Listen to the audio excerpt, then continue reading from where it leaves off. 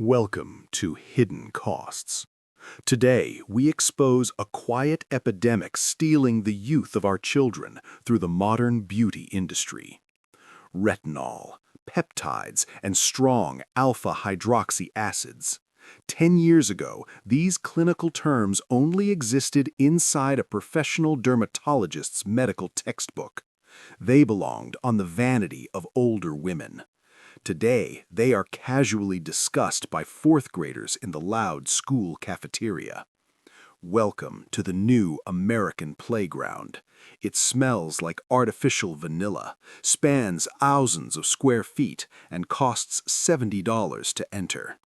In recent years, Generation Alpha, kids who cannot even drive or vote, spent an astonishing $4.7 billion on beauty. But this is not simply about playing dress-up. We are witnessing the first generation attempting to fix their natural aging process before it has even begun. To truly understand the Sephora Kid phenomenon, you first have to understand the tragic death of the traditional tween phase of life. Remember the awkward years of glitter glue, cheap lip gloss, and blue eyeshadow? That innocent middle ground has been completely paved over. The digital algorithm does not have a childhood filter. When a 10-year-old opens social media, she is not served cartoons. Instead, she is served pure aspiration. She sees polished, poreless, and absolutely perfect influencers living lives she is desperate to emulate now.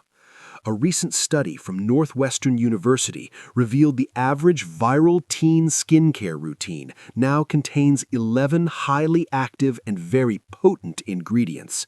11 active chemicals on skin that is still physiologically developing. These kids are slathering on harsh acids meant to resurface aging skin.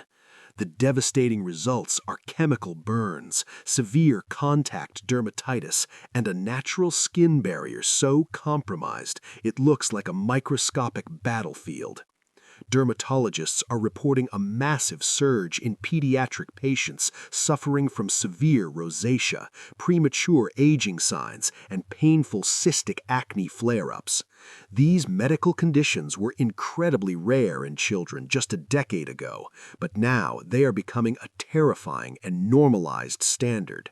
We have aggressively replaced the joy of playing outside with a stressful routine of preventative maintenance and daily clinical skincare management. Why do they do it?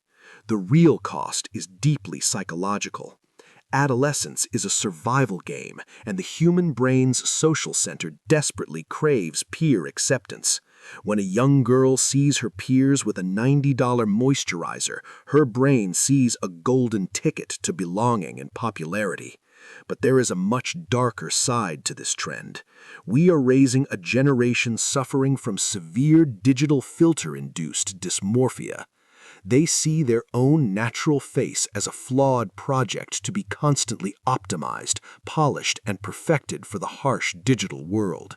By the age of 13, 85% of young girls have already heavily filtered or digitally edited their personal online photos. When you spend your entire childhood trying to look exactly like a digital filter, actual reality quickly becomes a deeply painful insult.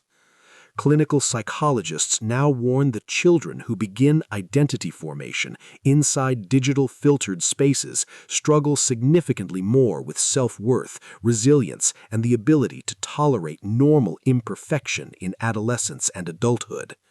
The concept of natural beauty has been hijacked and redefined by corporations seeking endless financial growth, successfully convincing children that their natural faces are simply rough drafts, requiring constant, expensive chemical intervention to become socially acceptable.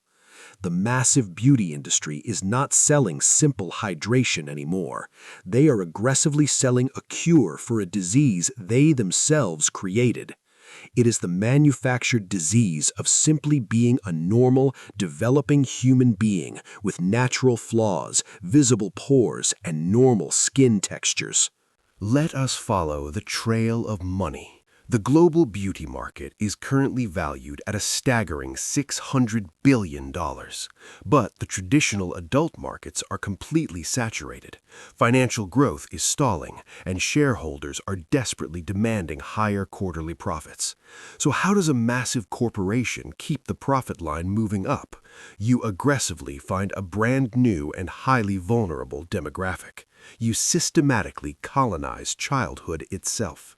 Corporate ethics frequently take a back seat to the relentless pursuit of massive quarterly earnings and shareholder value. Certain trendy brands became the ultimate status symbol for children, despite their colorful products containing incredibly potent and potentially dangerous chemical acids. When these companies attempted to pivot away from younger consumers, their overall sales plummeted by an astonishing and terrifying 65%. By the year 2029, Generation Alpha will hold $5.5 trillion in overall global consumer spending power annually. The giant corporations are not just selling them face cream, they are actively grooming them to be lifelong consumers of endless dissatisfaction. They want these children to always feel like they are never quite good enough, ensuring decades of continuous and highly profitable consumption. Social media influencers, often funded by these exact same giant beauty conglomerates, continuously push these elaborate routines onto highly impressionable young audiences. They create fast-paced videos that mesmerize children, making complex skincare seem like a fun and absolutely essential daily game. The algorithm relentlessly rewards this type of content, creating an endless feedback loop of consumerism, deep insecurity, and intense peer pressure. Parents often feel completely overwhelmed and powerless against this digital tide, struggling to protect their children from the relentless marketing onslaught.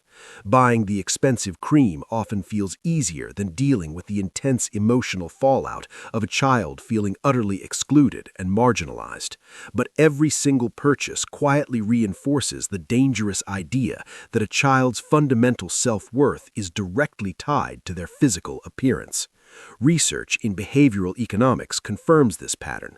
Once a child internalizes a consumption habit tied to emotional reward, the psychological loop becomes extraordinarily difficult to break, regardless of age or awareness. Brands understand the neuroscience better than most parents do. The dopamine response triggered by unboxing a new serum activates the same reward pathways as social validation, making the product itself feel like emotional medicine. And then there is the physical waste. A 10-step daily routine means 10 times the plastic packaging and 10 times the carbon footprint for products that do absolutely nothing beneficial for a young child's healthy skin. Millions of brightly colored plastic bottles and invisible microplastics from these daily routines are being carelessly discarded into our fragile oceans. The shiny metallic pumps and thick acrylic jars take hundreds of years to fully decompose, leaving a toxic legacy for future generations. Microplastics from exfoliating scrubs wash down our bathroom drains, eventually making their way into our vital water supply and global food chain. We are literally burning our fragile planet just to give 9-year-olds an artificial glow they already naturally possess in abundance. This is literal intergenerational theft. We are stealing the delightfully messy years of innocent childhood and replacing them with cold, clinical precision. The bright, playful packaging is intentionally designed to mimic candy or fun toys, deliberately masking the harsh chemical reality hiding inside them. It is a brilliant but deeply sinister marketing strategy. Hook them while they are young, and you secure a loyal customer forever. Walk through any modern middle school hallway, and you will hear conversations that sound completely absurd coming from the mouths of children. They debate the specific molecular weight of hyaluronic acid instead of discussing their favorite video games, fun cartoons, or weekend playground plans. This relentless pursuit of artificial perfection is creating an entire generation plagued by severe anxiety, deep depression, and crippling low self-esteem. The glowing screens of their smartphones serve as a constant, unforgiving mirror, highlighting every tiny perceived flaw and magnifying every minor imperfection. The subtle transition from playful lip balm to potent anti-aging serums happened gradually, masked by the colorful aesthetics of viral videos. But the impact is sudden and devastating. Once a young girl learns to actively hate her natural pores, it is incredibly difficult to unteach that deep-seated, manufactured hatred. The beauty industry knows this psychological truth perfectly well. In Europe, government regulators are finally waking up to this public health crisis. The European Union has recently started capping retinol concentrations in over-the-counter beauty products to protect vulnerable young consumers. In the United States, lawmakers in California tried, and unfortunately failed, to legally ban the sale of anti-aging skincare products to minors, as massive corporate lobbying efforts successfully crushed the proposed protective legislation. However, the cultural conversation is finally shifting. Dermatologists are taking to social media to actively debunk the harmful myths pushed by beauty brands and their highly paid young influencers.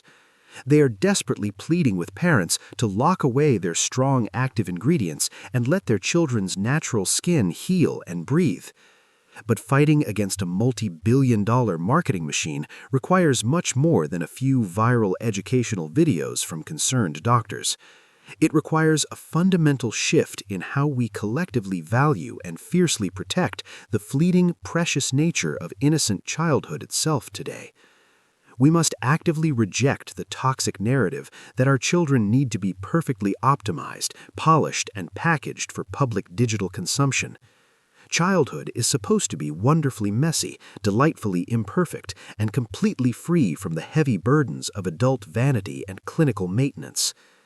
The ultimate hidden cost of this beauty phenomenon is not the staggering $4.7 billion spent by Generation Alpha. It is the tragic loss of the only precious time in our lives when we are supposed to be completely naturally comfortable in our own skin. To all the concerned parents currently listening, your beautiful child does not need a $70 polypeptide cream. They desperately need to know that their inherent human value is not something that can be artificially applied with a glass dropper. We must actively teach them to critically question the digital media they consume every single day and empower them to reject the manufactured insecurities that corporations are so desperately trying to sell them. It is time to reclaim the bathroom mirror from the clutches of the multi-billion-dollar global beauty industry. Let the mirror reflect a completely normal, healthy, and happy child, rather than a constantly failing, endlessly flawed, and highly profitable project. It clearly reveals the massive environmental destruction caused by our relentless pursuit of artificial, chemically induced, and totally unnatural perfection. True health and genuine happiness can never be purchased in a brightly lit, heavily perfumed aisle of a massive modern retail store. They are cultivated through genuine human connection, healthy outdoor play, and a deep, profound acceptance of our perfectly natural, wonderfully flawed selves.